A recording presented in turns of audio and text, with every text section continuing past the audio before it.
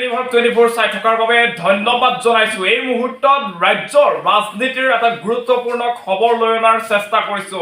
লোকসভা নিৰ্বাচন সমাগত আৰু লোকসভা নিৰ্বাচনৰ প্ৰাকখনত এতিয়া দেখিবলৈ পোৱা গৈছে কংগ্ৰেছত ব্যাপক খহনীয়া। কিছু সময় পূৰ্বে বাতৰি আমি সম্প্ৰচাৰ কৰিছিলো, য'ত উল্লেখ কৰিছিলো কংগ্ৰেছৰ নেতা ৰাণা গোস্বামী বিজেপি গমন কৰিব। কংগ্ৰেছৰ সভাপতি ভূপেন বৰালৈ এক পত্ৰ প্ৰেৰণ কৰাৰ খবৰ আমি আপোনালোকক জনাইছিলো। এই মুহূৰ্তত আমাৰ হাতত এক ডাঙৰ খবৰ আহি পৰিছে।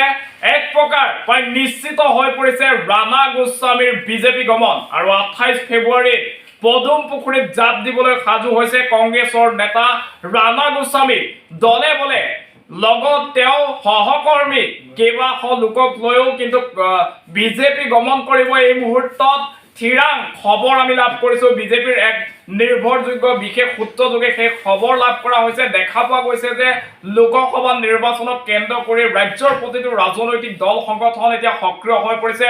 নিজৰ যে ৰাজনৈতিক কুচকাবাজ আছে সেই কুচকাবাজ আৰম্ভ কৰি দিছে। তাৰ সমান্তৰালভাৱে আমি দেখিবলৈ পাইছিলো যে দুগৰাকীকৈ কংগ্ৰেছী বিধায়কে কিন্তু মুখ্যমন্ত্ৰীক মুক্তভাৱে সমৰ্থন দিছিল আৰু তাৰ পাছতে বিধানসভাৰ অধ্যক্ষৰ কাষ চাপিছিল কংগ্ৰেছ দল। কংগ্ৰেছ দলে দাবী জনাইছিল যে এই দুয়োগৰাকী বিধায়কৰ বিধায়ক পদ খাৰিজ কৰিব লাগে। তাৰ পাছতে এই মুহূৰ্তত এক ডাঙৰ খবৰ লাভ কৰা হৈছে, কংগ্ৰেছ নেতা ৰাণা গোস্বামীয়ে কংগ্ৰেছ ত্যাগ কৰি বিজেপিলৈ গমন কৰিব আৰু 28 ফেব্ৰুৱাৰী এটা বিশেষ তাৰিখ এই মুহূৰ্তত আমি উল্লেখ কৰিছো।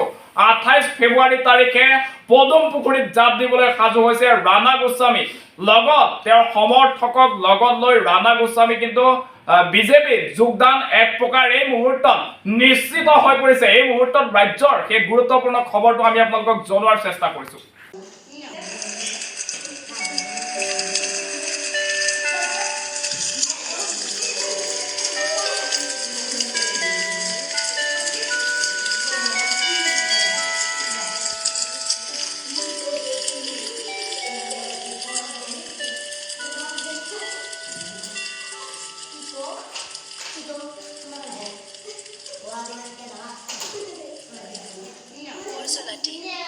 Refreshment.